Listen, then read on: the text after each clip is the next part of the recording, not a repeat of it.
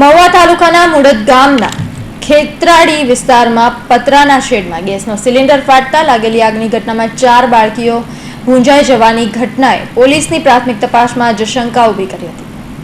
આગની ઘટના બાદ પોલીસ તથા FSLના રિપોર્ટમાં ઘટના બોગસ હોવાનું જાણવા મળ્યું છે. પિતાએ 20 લાખનો વીમો પકાવવા માટે આખું તરકટ રચ્યું હોવાનો ઘટસ્ફોટ થયો છે.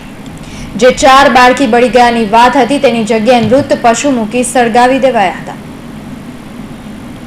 મૂળ સૌરાષ્ટ્રના અમરેલી જિલ્લાના લીલિયા ગામના વતની હોવાનું જણાવતા અને છેલ્લા 6 માસથી સુરત જિલ્લાના મહુવા તાલુકાના મુદત ગામે આવેલા ખેતરાડી વિસ્તારમાં પતરાના શેડ પાડી રમેશભાઈ તુલસીભાઈ ઝળકિયા રહે છે અને શાકભાજીનો વ્યવસાય કરે છે. રમેશભાઈ અને તેમના શાળા દાહિયાભાઈ વાઘજીભાઈ પટેલના ધૂળેટીના દિવસે વહેલી સવારે પતરાનો શેડ બહારથી તાળું મારી અંદર તેમની 4 બાળકીઓને મૂકી શાકભાજીનો વેપાર કરવા સુરત ગયા હતા.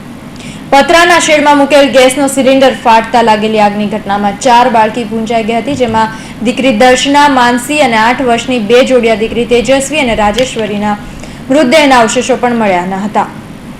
આ પ્રકારની ઘટના અંગે રમેશે પોલીસ આગળ વર્ણન કર્યું. તે પરિસ્થિતિ જોતા આખી ઘટના શંકાસ્પદ જણાઈ હતી.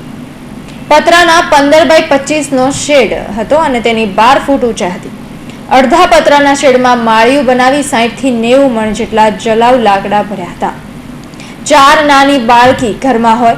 રમેશ તથા તેનો સાળો ડાહ્યા પટેલ એક તાળું અંદરથી મારી આગળના દરવાજે બહારથી તાળું મારી સુરત ખાતે ગયા હતા. તે દરમિયાન આખી ઘટના બન્યાનું પોલીસ સમક્ષ તેણે જણાવ્યું હતું. પરંતુ ફ્લેશ ફાયરની ઘટના બને તો પતરાનો શેડ સલામત રહે તે વાત ગળે ઉતરે તેમ ન હતી. ગેસનો બાટલો રસોઈ બનાવતા વખતે હોય અને 2 જ માણસો રહેતા હોય તો 50 થી 90 મણ જેટલા લાકડા સંગ્રહ કરવાની વાત ગળે ઉતરે તેમ નથી. આ ઉપરાંત અનેક પ્રશ્ને શંકા ઉપજાવી હતી અને જેના જવાબ આપવા માટે રમેશ ઝળકિયા પોલીસને ગોળ ગોળ ફેરવતો હતો.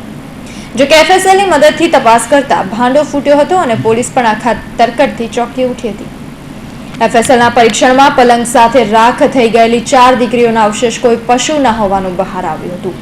પોલીસે રમેશની સઘન તપાસ કરતા તે ભાંગી પડ્યો અને સત્ય હકીકત વર્ણવી હતી. તેની પત્ની જીવિત છે અને પરિવારમાં 2 પુત્રો સાથે કામરેજ વિસ્તારમાં રહે છે.